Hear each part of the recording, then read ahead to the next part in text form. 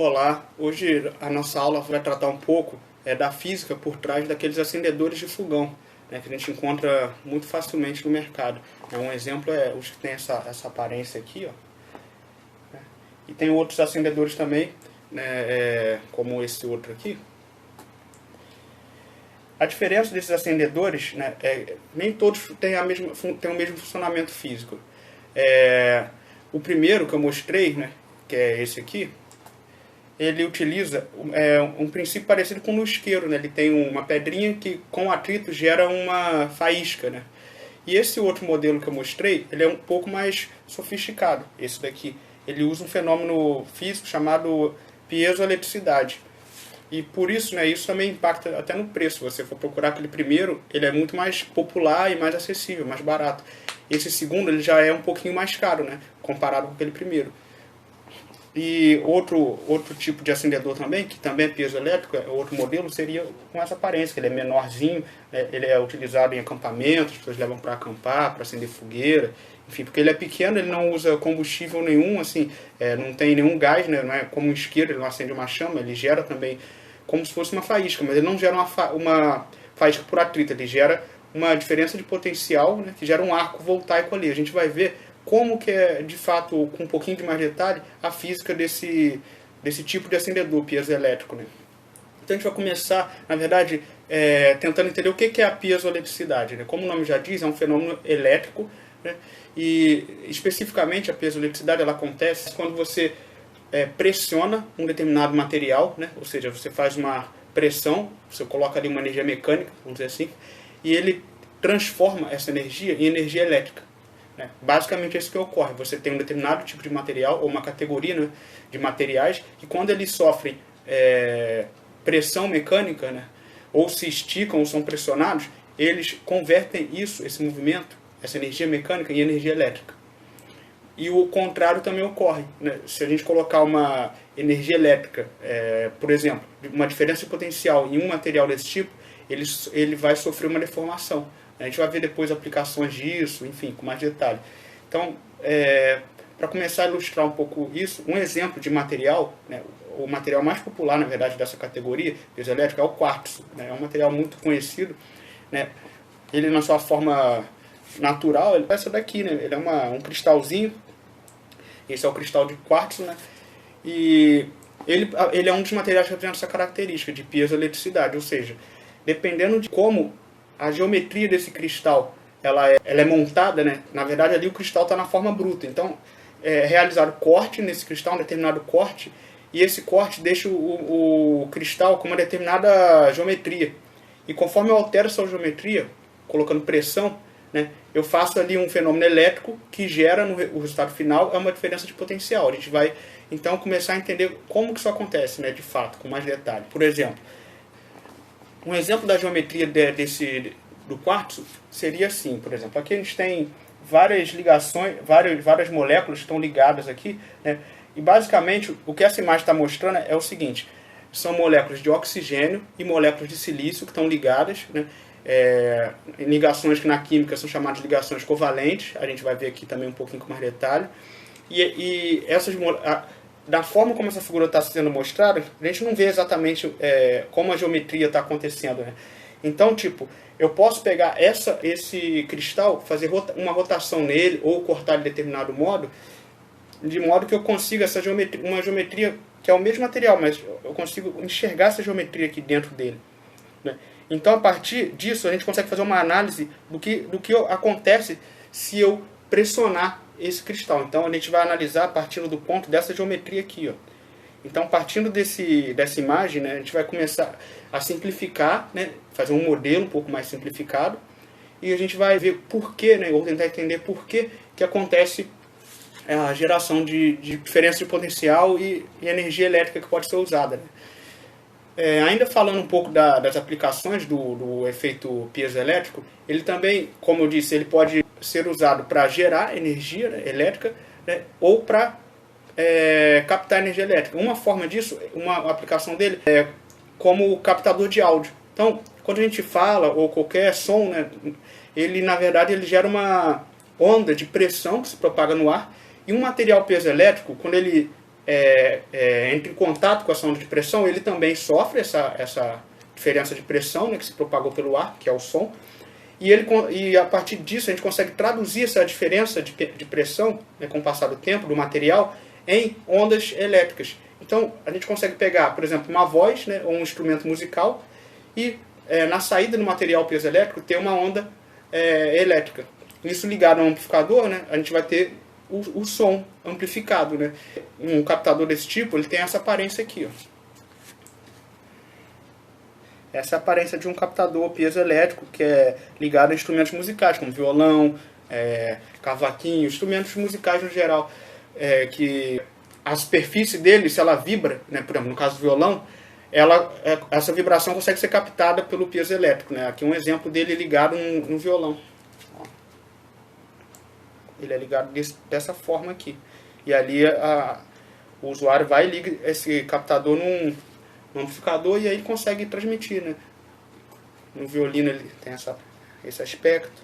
Enfim, esse é mais um exemplo também do captador, né, que usa o fenômeno piezoelétrico. Então tem uma infinidade de aplicações, né? Algumas mais sofisticadas, outras nem tanto. Né? Então, uma física que a gente encontra no acendedor de fogão, na verdade, ela é compartilhada em muitas outras tecnologias. Né? Como eu disse agora, do captador de som, né? Uma outra tecnologia que usa, né, o fenômeno piezoelétrico. Posteriormente, a gente pode também analisar com mais detalhe os relógios que utilizam o quartzo como para contar o tempo. Então, uma coisa que a gente pode já começar a tirar disso é como um determinado fenômeno físico, né, que se encontra em uma determinada tecnologia, esse mesmo fenômeno físico ele pode ser encontrado, a aplicação dele pode ser encontrada em outras tecnologias. Né? Ou seja, produtos diferentes, tecnologias diferentes, compartilham de fenômenos físicos comuns. Né? Um exemplo foi esse. Isso mostra como que, quando a gente estuda física, a gente, na verdade, não está estudando uma aplicação tecnológica. Né?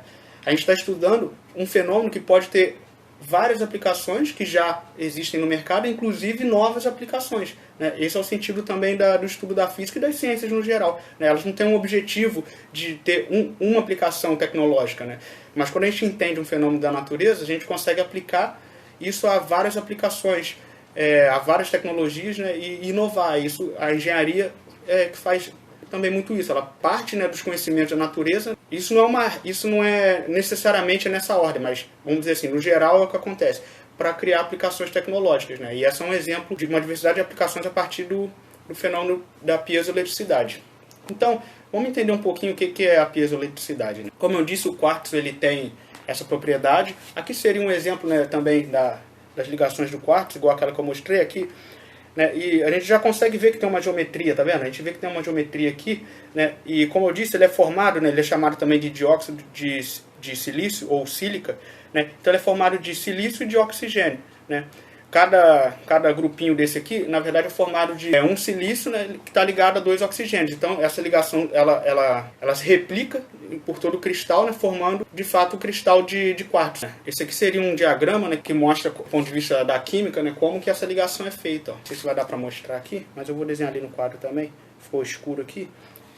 Vou desenhar no quadro para a gente ver com mais detalhe. A representação na química seria isso aqui, ó.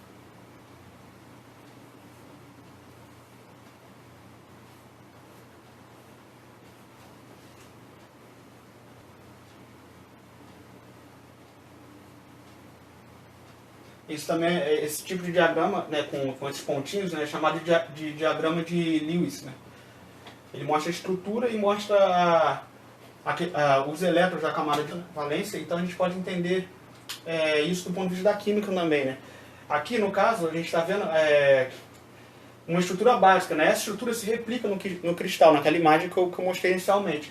E, então o cristal, na verdade, é formado de uma enorme quantidade de estruturas dessa que se replicam. Eu vou simplificar aqui, a partir dessa figura, como que acontece o fenômeno piezoelétrico, né, do quartzo, por exemplo. Né? A explicação física, basicamente, é a mesma para os outros materiais, mas vamos partir do quartzo, que é uma aplicação prática. Né? Então eu vou desenhar uma estrutura aqui que representa o cristal de quartzo. Né? Então a gente tem, como eu disse, um silício. Ele está ligado a um oxigênio, né? O silício ligado a 2 oxigênios, cada oxigênio está ligado a outro silício, e cada um desses silícios também está ligado a outro oxigênio. Então aqui a gente tem como se fosse Aqui eu estou desenhando essas linhas, mas essas linhas aqui não representam, eu não estou mais dando um diagrama de Lewis. Eu estou só mostrando que há uma ligação entre essas moléculas. Né? Então, essa aqui seria aquela geometria que eu mostrei para vocês. Né? Seria essa geometria aqui, ó. Essa imagem aqui para vocês, se vocês repararem, eu sempre posso encontrar, tá vendo? Um padrão geométrico que se repete pelo cristal. Ó. Ali seria dessas células, vamos dizer assim, entendeu? Isso se repete no cristal. No caso do oxigênio, ele atrai mais os elétrons do que o silício na ligação. Apesar do cristal, né, da molécula como um todo, e o cristal ser apolar, né, as ligações não são apolares. As ligações são ligações covalentes, ou seja, elas compartilham elétrons, e são polares, então são ligações covalentes polares. Isso porque o silício e o oxigênio, eles têm tem uma diferença na eletronegatividade, né? Então, como o oxigênio ele atrai mais os elétrons, né? Ou seja, é mais provável que o elétron seja encontrado nas proximidades do oxigênio do que no final do silício, apesar dele estar compartilhado. Então, o oxigênio ele tende a ser mais negativo, né? Ou seja, por ele ser mais provável de encontrar elétrons nele, ele tende a ser mais negativo. E o silício tende a ser mais positivo. É como se eu tivesse aqui uma carga positiva, aqui uma carga negativa, aqui também uma carga negativa, aqui no silício positiva, negativa.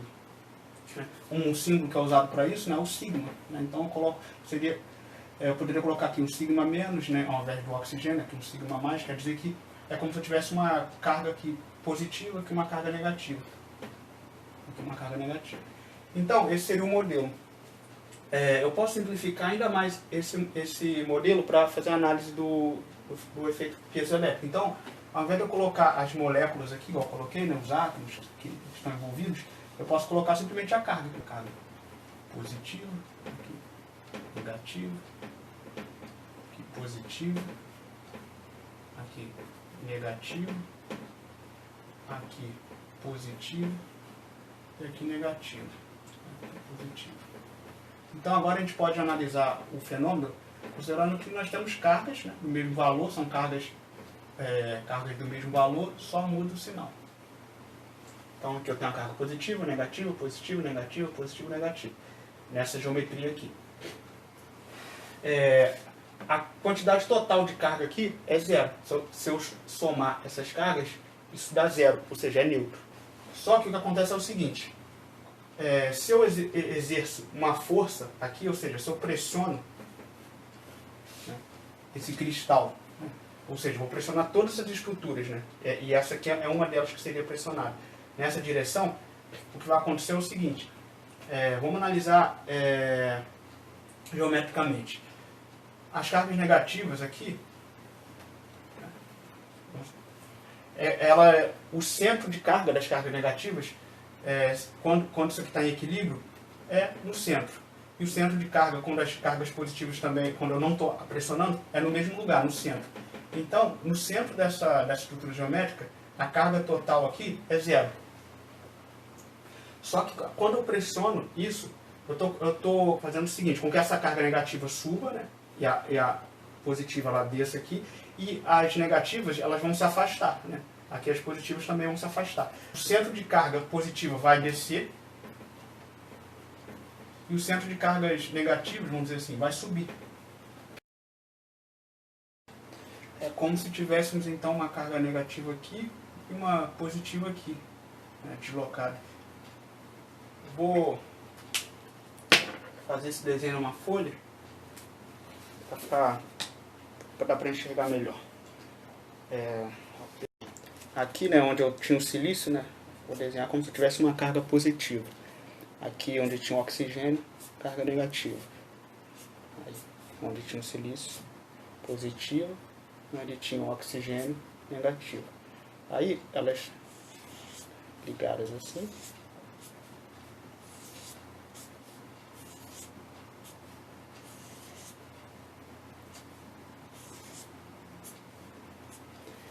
Então é o que está desenhado ali. Quando eu não exerço nenhuma força, né, aqui, né, nesse diagrama aqui, a gente pode ver que essas cargas negativas aqui, eu posso considerar como se elas estivessem num certo ponto aqui no centro. Ou seja, eu teria uma única carga negativa aqui. E as cargas positivas, né?